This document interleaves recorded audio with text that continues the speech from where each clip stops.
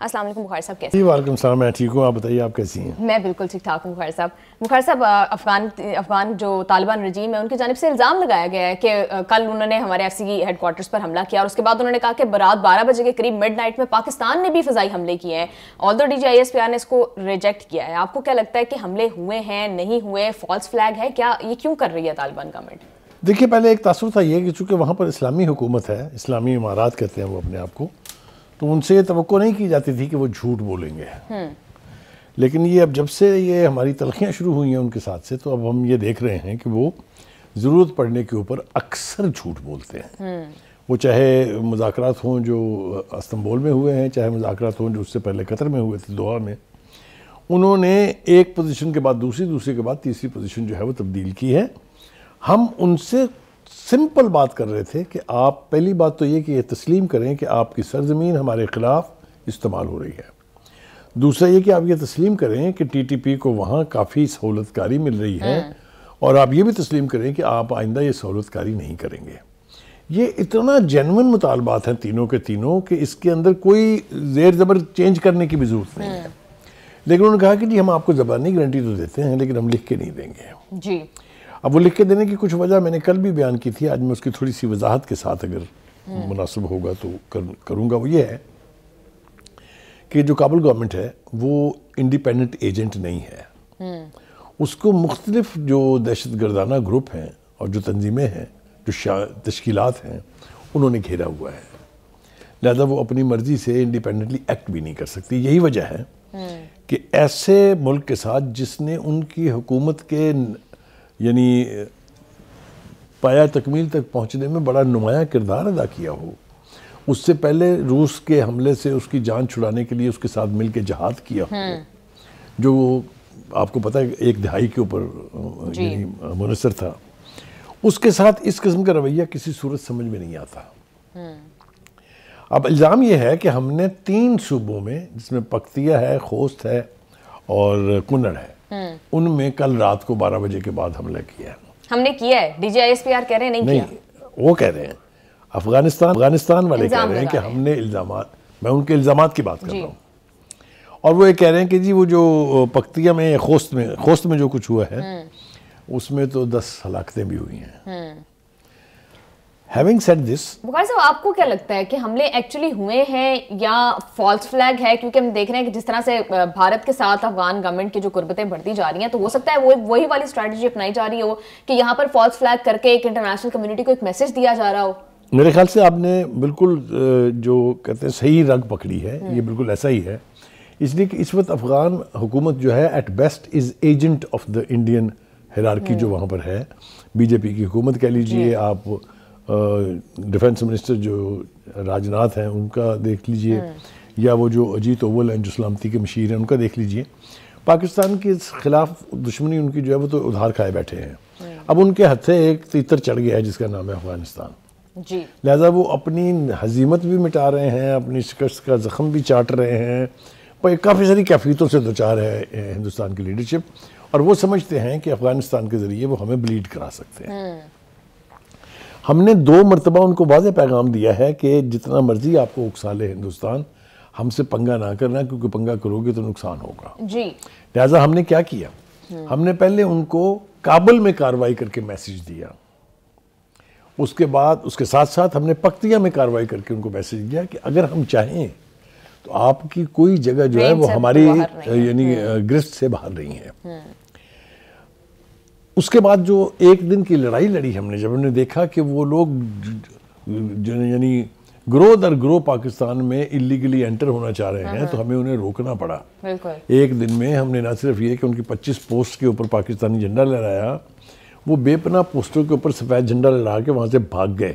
ان کے بھاگتے کی ویڈیوز ہم نے کئی دفعہ دکھائی ہوئی ہیں، وہ منظرنامہ بھی قابل دید نہیں تھا۔ جی بخاری صاحب، یہ جو افغان رجیم کے سپوکس پرسن ہے ذبیح اللہ مجاہد صاحب، وہ ٹویٹر اکاؤنٹ پر کلیئرلی یہ لکھ رہے ہیں کہ پاکستان نے حملہ کیا ہے کل رات۔ آپ کو لگتا ہے کہ اس طرح کے جھوٹے، بالکل اگر یہ سفید جھوٹ ہے تو اب اس دور میں یہ بولا جا سکتا ہے کیونکہ انٹرنیشنل کمیونٹی یہ ثبوت مانگتی ہے؟ دیکھیے یہ جو ذبیح اللہ مجاہد ہیں، یہ اس وقت نا مکاری کر رہے ہیں، یعنی ضرورت کے تحت جھوٹ بولنے کو مکاری سمجھتا ہوں میں۔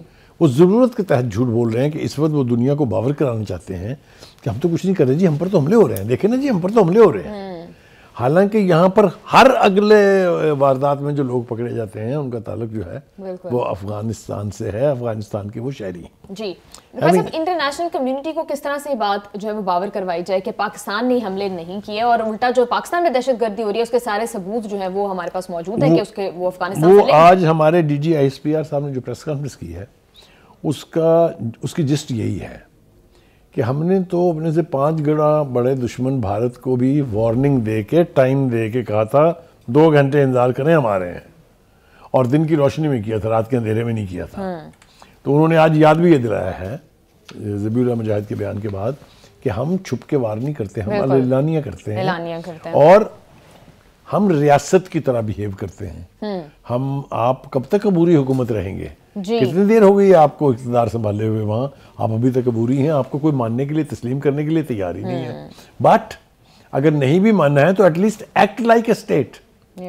مگر جیسا میں نے ابتدا میں کہا it is not a state yet, نہ یہ کبھی رہی ہے. پوری تاریخ اٹھا کے دیکھ لیجئے، یہ ٹرائبل چیفٹن سوسائٹی ہے، یا جس کی لاٹھی اس کی بھینس کے تحت دنوں میں، مہینوں میں اور سالوں میں اقتدار بدلتے رہے ہیں، نئے نئے چیفٹنز آتے رہے ہیں، اور 100 کے قریب مختلف گروہ حکمران رہے ہیں افغانستان کے اوپر. جی بخاری صاحب بالکل ٹھیک کہہ رہے ہیں. بخاری صاحب جب بھارت نے ہمارے اوپر اٹیک کیا تو ہم نے ایک تو جوابی کارروائی کی، پھر دوبارہ ان پر اٹیک کر کے میسج دیا کہ ہم اپنی سوورنٹی اگر ہماری بریچ کی جائے گی تو اس کا جواب دیا جائے گا. اب یہاں پر بھی DGISPR تو یہ کہہ رہے ہیں کہ اگر ایسی کوئی کارروائی کی گئی تو اعلانیہ طور پر کی جائے گی. اب آبویسلی پاکستان کی سیکیورٹی کمپرومائز ہو رہی ہے. ریسنٹ واقعات میں ہم نے دیکھا کہ ساری جتنے شواہد ہیں وہ اس بات کا ثبوت ہے کہ افغانستان سے یہ ساری پلاننگ ہو رہی ہے. تو کیا اس دفعہ ہماری جو سوورنٹی بریچ ہو رہی ہے اس کو بھی اسی طرح سے ڈیل کیا جائے گا؟ دیکھیے ہم نے 2 مرتبہ پہلے میں اس کا ذکر کر چکا ہوں، ہم نے کوئی ڈھکی چھپی واردات نہیں کی ہے. ہم نے کھل کے وارننگ دے کے کہ اوکے وی آر کمنگ. اب بھی ہم کریں گے اگر تو وی will tell them we are coming, and we know they can't do any thing, they can't stop اس. اگر وہ کوشش بھی کریں گے تو even then they can't stop اس. اچھا اب وہ جو گیدڑ بھبکی دی ہے انہوں نے، ذبیح اللہ مجاہد صاحب نے وہ سن لیں، وہ کہتے ہیں جی کہ اسلامی امارات جو ہیں اب ہم فیصلہ کریں گے کہ کب ہم نے اس کا جواب دینا ہے. ہاں جی My dear Zabih Allah Mujahid, you are not in a position to respond to Pakistan. ایک تو یہ کہ آپ اپنی کھال میں رہیں، آپ کی جتنی کیپیسٹی ہے وہ ہم سے زیادہ کون جانتا ہے. ارے جن پتھروں کو ہم نے عطا کی تھی دھڑکنیں، جب بولنے لگے تو ہم ہی پر برس پڑے. کیا بات ہے. یہ ہمارے ہاتھوں کے پالے ہوئے جانور جو ہیں یہ ہماری سلامتی کو خطرہ لاحق کریں گے. میرا نہیں خیال کہ ہماری زندگی میں وہ دن آنے والا ہے. شاید اوپنلی اعلانیہ طور پر ان کے پاس اس طرح سے نہ تو فوج ہے نہ ایئر فورس ہے کہ جو اٹیک پاکستان کے اوپر وہ کر سکیں. ہماری سوورنٹی پر اس کا ہماری فورسز آلریڈی ہائی الرٹ پر ہیں، لیکن ایٹ دا سیم ٹائم جو ان کے پاس ویپن ہے وہ بھی بہت زیادہ لیتھل ہے، اور وہ ہے گوریلا وارفیئر کا، کہ وہ لوگ چھپ چھپا کے اپنی پراکسیز کے تھرو جو ہے وہ پاکستان میں حملے کرواتے ہیں. دیکھیے یہ بزدلانہ فعل ہے، یہ کسی ریاست کا ریاکشن نہیں ہے. ان کے پاس اسلحہ بے پناہ ہے، لیکن چلائے گا کون اس کو؟ وہ انہوں نے خود اپنی افواج بنا کے چلوانے کی بجائے انہوں نے تقسیم کر دیا. یہ ساری جو تنظیمات جن کا ذکر میں نے کیا ہے بے پناہ تنظیمات ہیں. میں کس کا ذکر کروں آپ سے؟ داعش وہاں بیٹھی ہوئی ہے، TTP وہاں بیٹھی ہوئی ہے، حزب اسلامی، حزب پتہ نہیں کیا کیا مختلف ناموں کے ساتھ تنظیمات وہاں پر موجود ہیں. اور یہ جو کابل حکومت ہے یہ ہاسٹیج ہے. دیکھیے جو جنرل شریف نے ایک اور بات اہم کہی ہے کہ بھائی ہمارے لیے اب گڈ اور بیڈ طالبان کی تفریق نہیں رہی ہے. جی ہمارے لیے آپ تو اب بیڈ طالبان ہیں سارے. جی بالکل. اور آپ سے نبٹنے کا طریقہ ہم سے بہتر کوئی نہیں جانتا. یہ ہمسایوں کے ساتھ ساتھ اپنے ملک والوں کو بھی. جی ایبسولوٹلی. دوسری بات یہ ہے کہ ایک انہوں نے اور اہم بات کی ہے، ان کا یہ جو نان کسٹم پیڈ گاڑیاں آتی ہیں جو کہ جن کا 90% جو ہے وہ افغانستان سے سمگل ہو کے آتا ہے، انہوں نے کہا ہے کہ اس کے اوپر پابندی لگانی چاہیے حکومت کو. کیوں؟ کیونکہ اکثر دہشت گردی کے واقعات میں استعمال ہونے والی گاڑیاں جو ہیں وہ نان کسٹم پیڈ گاڑیاں ہیں. بالکل. بخاری صاحب انہوں نے ایک اور بڑی امپورٹنٹ بات کی، انہوں نے کہا بلٹ اور بزنس ایک ساتھ نہیں ہوگا، یعنی کہ ہم افغانستان کے ساتھ تجارت تب تک نہیں کریں گے جب تک امن نہیں ہوتا پاکستان کے اندر. کیا اس بات سے اتنا پریشر بلڈ ہوگا افغان گورنمنٹ کے اوپر کہ وہ طالبان اگین رجیم جو ہے وہ میز کے اوپر آئیں اور اس معاملے کو حل کرنے کی کوشش کریں؟ ایبسولوٹلی. وہ میز پر آنے کو چھوڑے، وہ منتیں کریں گے آپ کی. اس لیے کہ افغانستان از اے لینڈ لاک کنٹری. جس نے وزٹ کیا ہوا اس کو جو اس نقشے سے پوری طرح واقف ہے اس خطے کی، Iran is a land lock country in the sense کہ ان کی سپلائی کا سب سے بڑا روٹ جو ہے وہ دیٹ از تورخم بارڈر.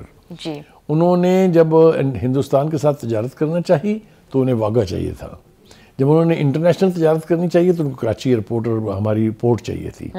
جتنی افغان ٹرانزٹ ٹریڈ کے تحت چیزیں آتی ہیں وہ سب پاکستان سے ہی تو گزر کے جاتی ہیں, اور اگر وہ دوسرے روٹ سے جس کی وہ دھمکی دے رہے ہیں کہ ہم استعمال کریں گے اس سے جائیں گی تو ان کی پڑے قیمتیں 2 گنا ہو جائیں گی.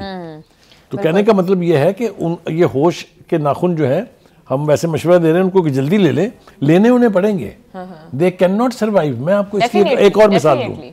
لیٹ اس گو بیک, آج سے 10 سال پہلے نیٹو فورسز وہاں پہ موجود تھی بڑی تعداد میں, یاد ہے نا آپ کو؟ جی بالکل یاد ہے. امریکن فورسز بھی وہاں تھی. جی ہم نے ایک چیز کی وجہ سے سلالہ کا روٹ بند کیا تھا 10 دن کے لیے. تو امریکہ جیسی سپر پاور جو ہے it came down on to its knees. یعنی سپلائی روٹ ہم نے بند کیا تھا تو ان کا جینا مشکل ہو گیا تھا. یہ جو قطاریں دیکھ رہی ہیں نا آپ 4-4 5-5 کلومیٹر کی دونوں طرف لگے ہوئے, یہ ان کی لائف لائن ہے. جی اپنی لائف لائن کو اگر وہ قطع کریں گے تو جائیں گے کہاں, یہ ان کی لیڈرشپ کو سوچنا پڑے گا اور وہ جلد سوچیں گے. جی بخار صاحب, ابھی ریسنٹلی اسلام آباد کچہری پر جو حملہ ہوا اس کی انویسٹیگیشنز جاری تھیں. آج وزیر اطلاعات عطاءاللہ تارڑ صاحب نے اس حوالے سے بتایا ہے کہ اس کے سارے تانے بانے جو ہیں, جو بھی اس کو پیچھے سے پلان کر رہا تھا وہ افغانستان میں اس کے سرگنا نور ولی مسعود اپنے کمانڈر کے تھرو یہ سارا منصوبہ جو انہوں نے پلان. بخار صاحب وزیر اطلاعات بھی بات کر رہے ہیں, پھر اس مجرم کا خود اعترافی بیان بھی جو ہے وہ موجود ہے. یہ دیکھیے جو بات کی جاتی ہے نا کہ جی پاکستان کے پاس کوئی ثبوت ہے یا نہیں ہے, اس سے بڑا ثبوت کیا ہوگا کہ ایک ایسا بندہ جو سہولت کار بھی تھا, جو ہینڈلر بھی تھا, وہ کنفیشنل سٹیٹمنٹ دے رہا ہے. یہ ویڈیو ساری دنیا میں جائے گی. ہم دنیا کے ہر فورم پر, ہر کیپٹل میں بھیجیں گے یہ کہ یہ دیکھیے یہ بتا رہا ہے کہ لائن کیا ہے, چین کیا ہے, کہاں سے جیکٹ ملتی ہے, کہاں سے روٹ ملتا ہے, کہاں سے پاکستان میں داخل ہوتے ہیں. ایک بات تو یہ ہے. دوسری بات یہ ہے کہ جو قابل تحسین بات ہے وہ یہ کہ اتنے بڑے واقعے کے مجرمان کو اور ان کے سہولت کاروں کو 4 دن کے اندر گرفتار کرنا. I want two complement the concerned authorities, کیونکہ اس سے بھی بہت ڈسکریجنگ میسج, یعنی ڈسکریج کرنے کا میسج جاتا ہے ان فورسز کو جو پاکستان کے امن کے دشمن ہیں یا اس کے خلاف ہیں اور یہ دہشت گردی کر رہے ہیں. جی بالکل بخار صاحب آپ ٹھیک کہہ رہے ہیں. ایکچولی ٹائم شارٹ ہے. جاتے جاتے میں اتنی بات کروں گی کہ جعفر ایکسپریس پر اگین حملے کی اطلاعات موجود جو ہے وہ موصول ہوئی ہیں. ان سارے حملوں کو ہم شدید الفاظ میں کنڈیم کرتے ہیں.